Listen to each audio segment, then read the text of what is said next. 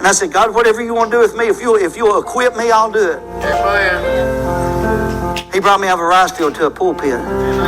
From mud to a mansion. Hey, thanks for tuning in today to Mud to a Mansion. I'm Brother Curt Howard. I'm the pastor here at Maple Springs Baptist Church, and I'm going to have a special guest today. We're going to have Brother Shannon. He's going to get in here with me today, and he's my assistant here at the church and been a blessing to me, and I'm going to just have him come in, kind of introduce himself to you, and come on in, brother. We're so informal here, man. That's just the way we roll. It's a good day, though. I actually put a little extra hair gel in my hair today. I don't know if y'all can see that very good. These lights probably make my hair look gray, and really, it ain't that gray, really. So, what's it make your hair look like? Bald. Oh no. Well, they may get some glare there then. My face is just red. It looks like but some lady asked me the other day, stopped me in church. She said something about my hair. She wasn't, I didn't take it. It don't offend me, but she was just like, she said, your hair's kind of got curls in the top, or what's going on with it? And just kind of jokingly, which I joke a lot. And actually, it may have been some kid said something about my hair too. So I appreciate all the comments about my hair. Noticing, but I've got it to talk about. Yeah. But it's funny, that kid said something about my hair gel, I guess what they said, and I said, well, I got a pet cow at the house, and I was milking her, and she turned around and licked my head. So that's just cow slobbers in my hair. So with the gray and the slobber look. So anyway, I got extra hair gel today. So it's, I really look at that. It won't go nowhere. So anyway, but we're just for a little while today. I wanted to talk to Brother Shannon and let him talk to you more than me talk, probably. And we appreciate him. He's my assistant here, like I said. But so how many years you been here? I'm trying to remember. Going on 6. 6 years. Gosh, time flies. So I was 53-year-old then. Man, I was young and felt good and healthy, and I needed help, though. That was I'll say this, and I'll let him tell you more about himself. But I was at a point where I was trying to get my clock set here so that we don't just go crazy. What time is it? I told you we're informal here. See, there we go.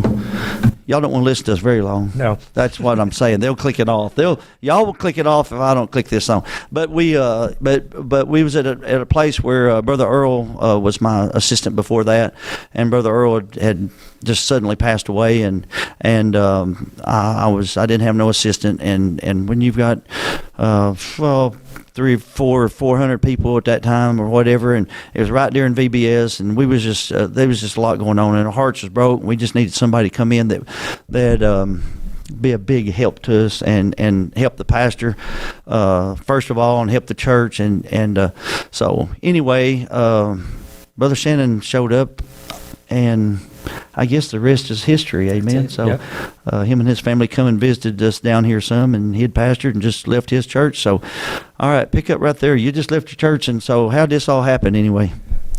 I knew back probably 2 years before we actually came here that God was calling me to do something a little different. I was pastoring a church at Griffithsville, Pleasant Grove Missionary Baptist Church, and I just knew it was time to go. I just didn't know what, and then when we finally, bit the bullet in a sense and came down here, went to go in view of a call for another church, and it was a bad experience, needless to say. And I was brokenhearted for that.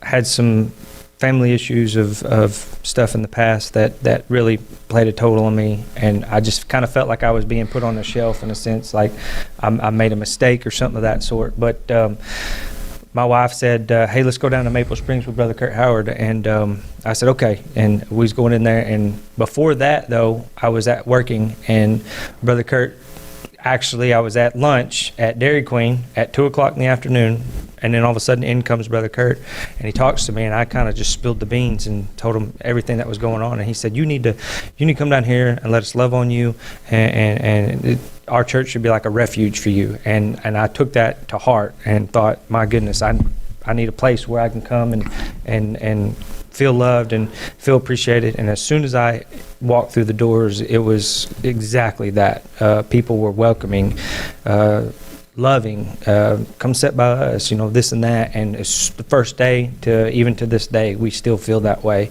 as far as loving and welcoming. And then it was Brother Earl had passed away, and I told Brother Curt, went to him, I said, if you need me to do anything, I'm there. I called him, I texted him, I was like, hey, if you need me to do something, just let me know. Because I didn't want to be put on a shelf, I wanted to be used. And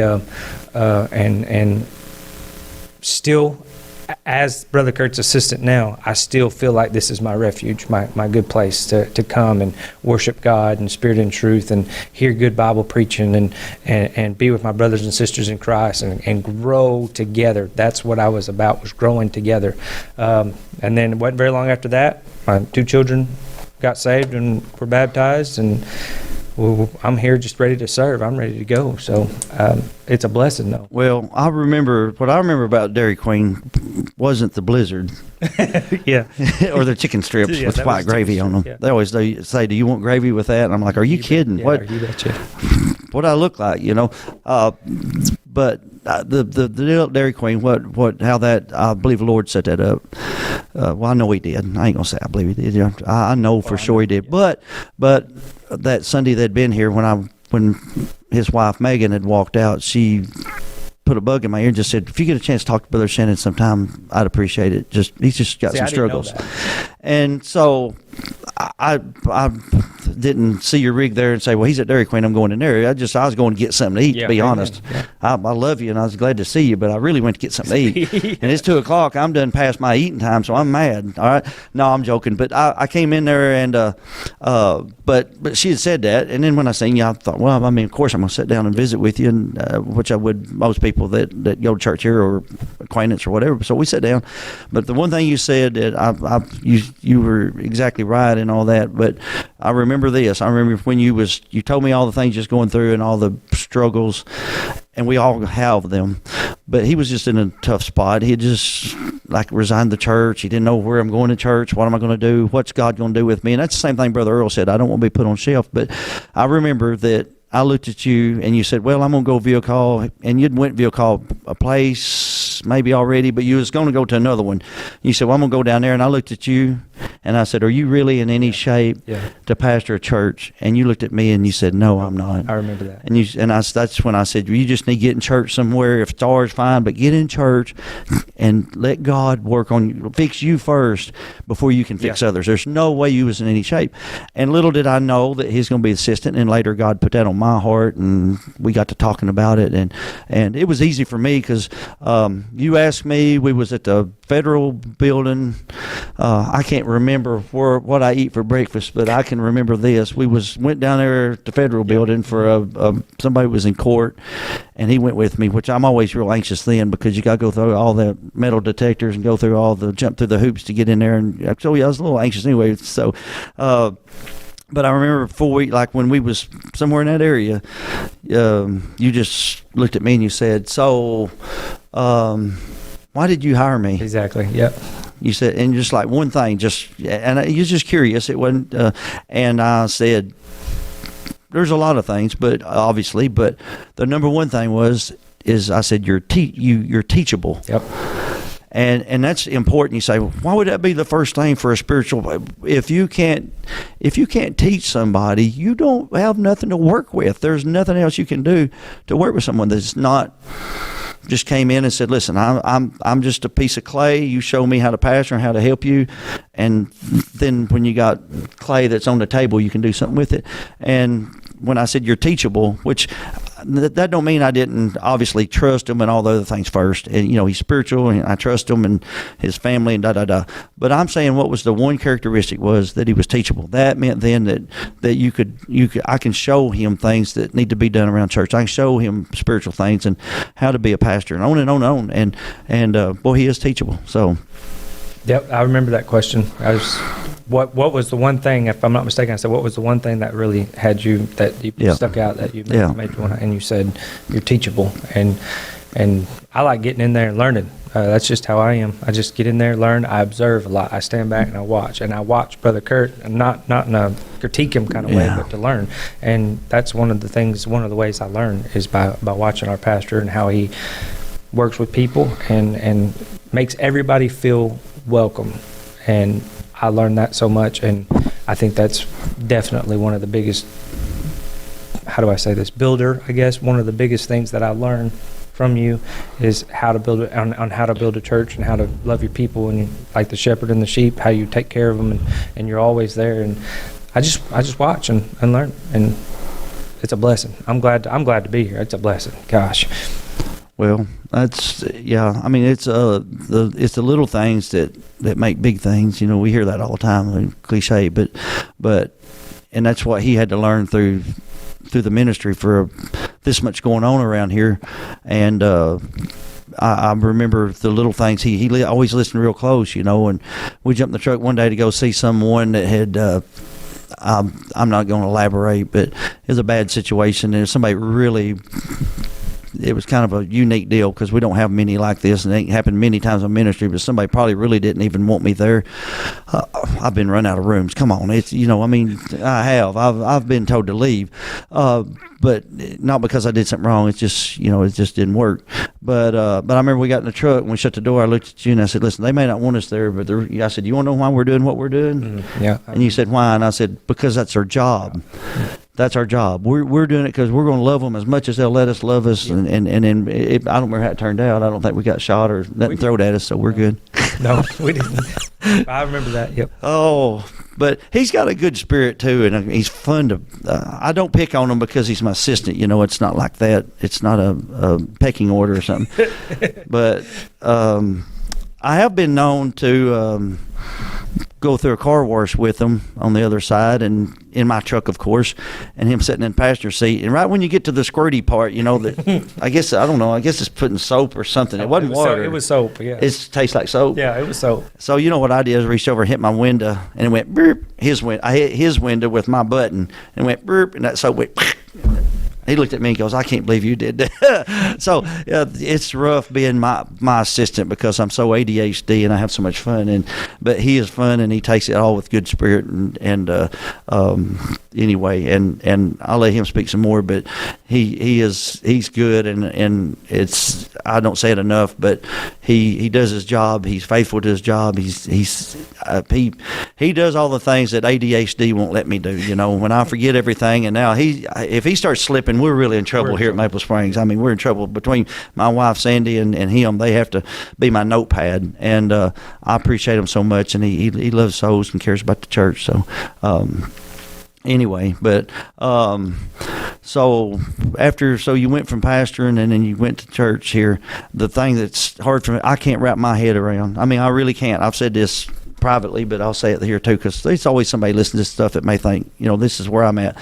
For an assistant to be a good assistant, that's to me, that's the hardest job in the ministry. It's probably one of the harder jobs in the world, is, you know, because.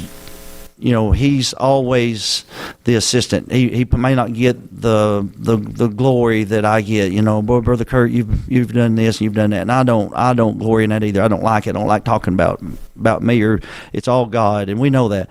But the second man really gets in a spot where behind the scenes, they're doing things behind the scenes. Most military stuff, we see mostly combat videos and combat soldiers, and we're like, yeah. And I don't know the number, but let's just say that somebody said something like, you know, like 90% of the military is support group for the ones that's actually in combat. And I don't know that's the exact number, but let's just say it is. But let's not forget the ones in the military that are filling up the jets with fuel. That's maintenance and stuff, and that's what he has to do. And I couldn't do it. I couldn't be a second man. I'm a driver personality. I just couldn't do it. I can't. I'm just a driver personality, and it kills me to watch people that's really good at being a second man. You know, there's pastor friends of mine that's got some that are, and they assume their position, and I don't know how y'all do it. I can't put it into words. We just do it. It's got to be done. When Brother Curt needs something, I jump right in it. As a matter of fact, I've watched Brother Curt multiple times. For example, in between, you know, church services Sunday morning and Sunday night, I would come in and all of a sudden I would see him with a mopping the bathrooms or doing something just to make services that night just as special as it was that morning. And I'm thinking he needs to be getting ready to preach and meet up with God. That should be me. And so I took initiative to start doing those things, to whatever I see that I know Brother Curt will fix or want done right or different, I jump in and try to do that just to make his job easier, because ultimately his job is to preach, teach, lead his flock. My job is to make sure, whatever he needs is done. And it doesn't bother me. I'm here for you, and I look at it this way: working for 15 years at another job, and so on and so forth. When the business is successful, I'm successful, and then when Brother Curt's successful here at this church, and we're not taking glory on anything. No. When God gets, when a soul's saved, that's what it's about for me. Yep. And whether if I'm just mopping the floor or if I'm preaching the message, it don't matter to me. Just as if we get a soul saved here, I believe the church as a whole gets the victory. And hopefully I said that correctly, but yeah, it don't bother me.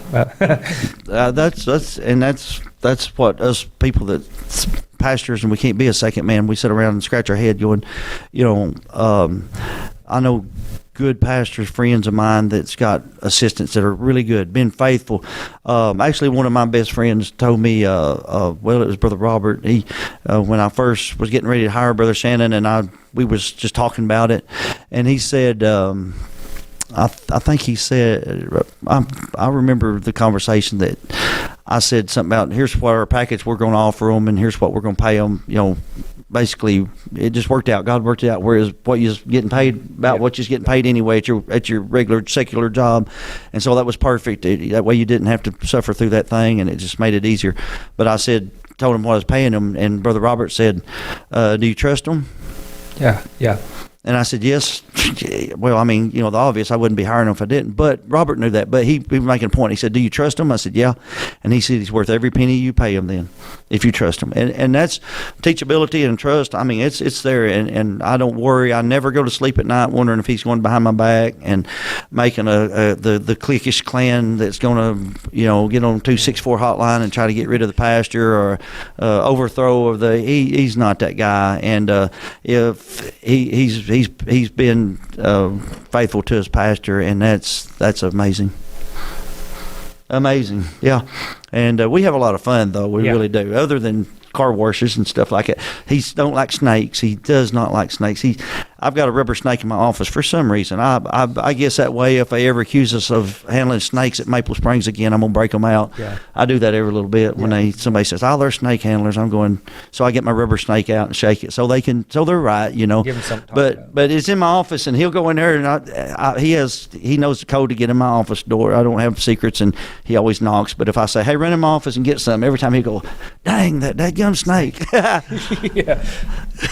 I hate that thing. He hates that rubber snake in but there. I'm getting better. I picked up one the other day. Yeah, you did pick up a little snake. Yeah, I'm getting better. I told him you got to pick them up and look at their eyes and see if their pupils are round, and that means they're non-poisonous. I said that's the only way you can find out for sure is pick them up and look at their eyes.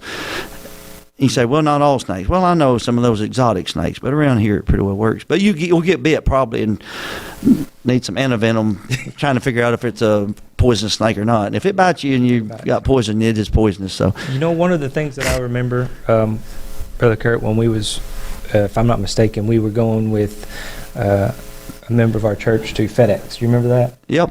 And I was in the back, and I was just being quiet, just listening to y'all talk. And I told you, I just wanted the fellowship. Yeah.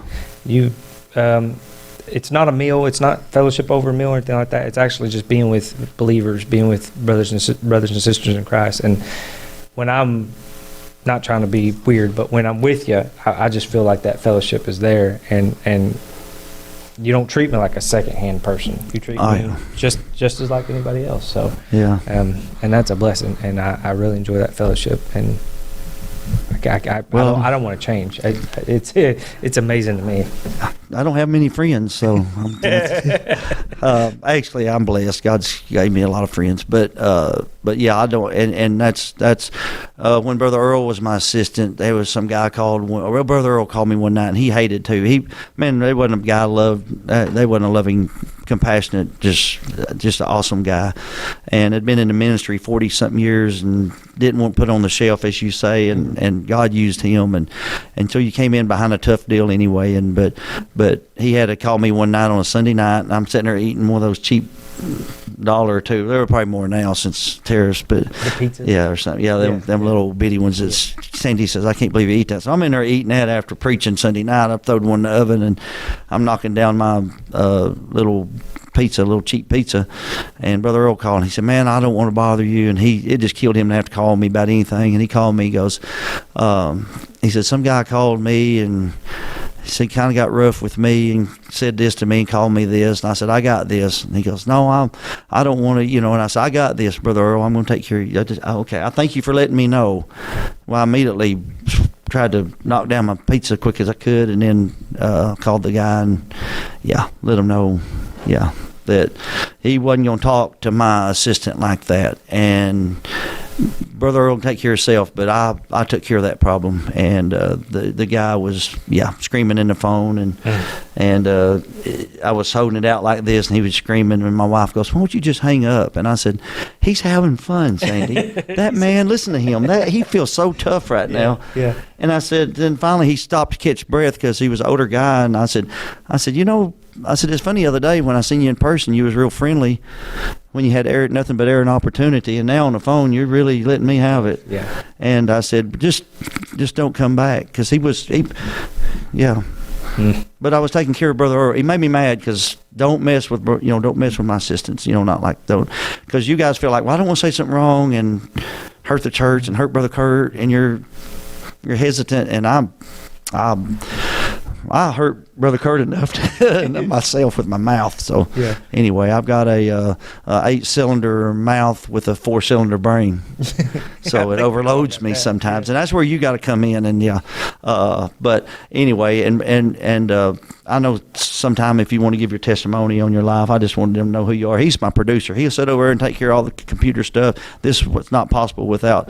I'm glad you're good at that stuff, because I'm not good at it, but he is. He's good at the electronics and the people show me, I look at it or watch, and you got it. Then I got it. So, but it's not just me. There's a lot of other people, but we got you, Brother Curt. They show me, and I say, I don't got it. I don't got this. Yeah.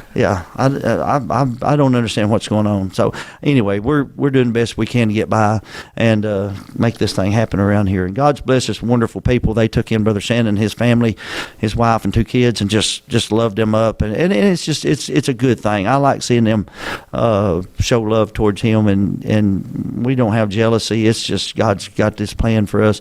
And I've told him before, I said, listen, if you ever need to go pastor, I will support you. I mean, it'll be tough on me losing you. Don't get that wrong, but I support you, and I mean that. I would be, as long as you do it the right way. I mean, if a man just slammed the door in your face and run off, it'd be one thing, but I know you never would. What I'm saying is, if God ever has a church, he says, I feel like I'm supposed to go pastor a church, I'm ready now or whatever. But he told me one day, he said, this is where I'm supposed to be. I'm good with second man. And I said, thank you. Yep. Thank you. Still feel that way today. Yeah, thank you. So, but anyway, this podcast is going to be a good thing, and I appreciate you.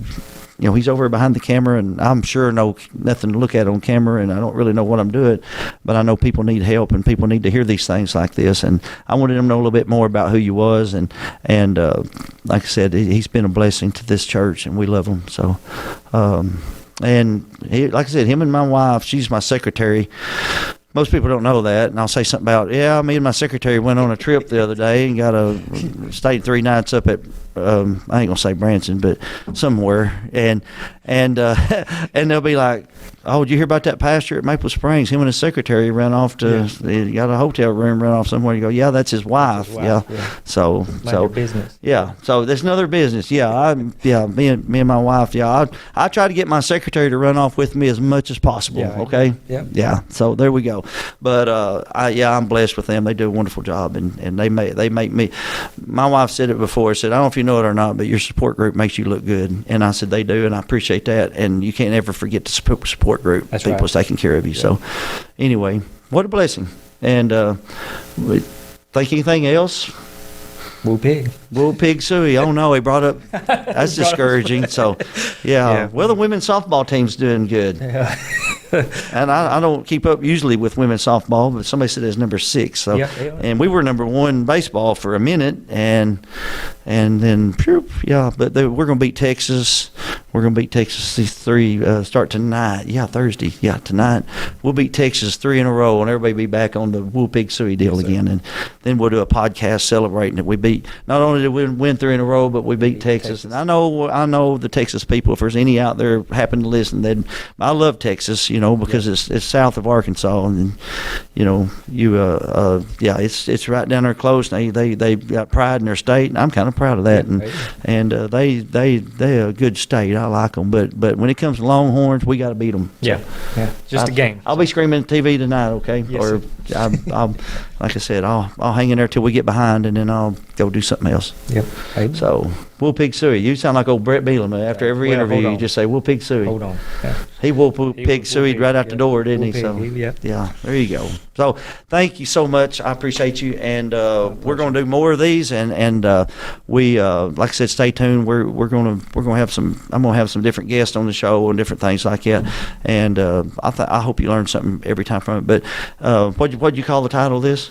Of Seeking a Refuge. Seeking a Refuge. Why'd you put that? I told him, I said, you call this what you want to. This is you coming down here. I called it Seeking a Refuge just simply because that's what it is. It's when you're beat up, you're tired, you're wore out in this world, because this world's going to beat you up. No matter what you're going through in life, God is the answer. Jesus Christ is the answer. And when Brother Curt gets up here and he preaches the truth, and you get in here and we hear singing and worship of God and things of that sort, you feel right at home. When you get tired of being out in this world long enough, when you get tired of that, you can come to this place right here, Maple Springs, and I'm telling you, it'll change your life, and it changed mine for sure. So seek a refuge. If you need a refuge, right here at Maple Springs, this is where the place to be. So hey, mud to a mansion. Mud to a mansion. That's it. Yes, mud to a mansion. Hey, stay tuned. We'll have some more before long. We appreciate you watching today, and God bless you. Have a good day. Thank you.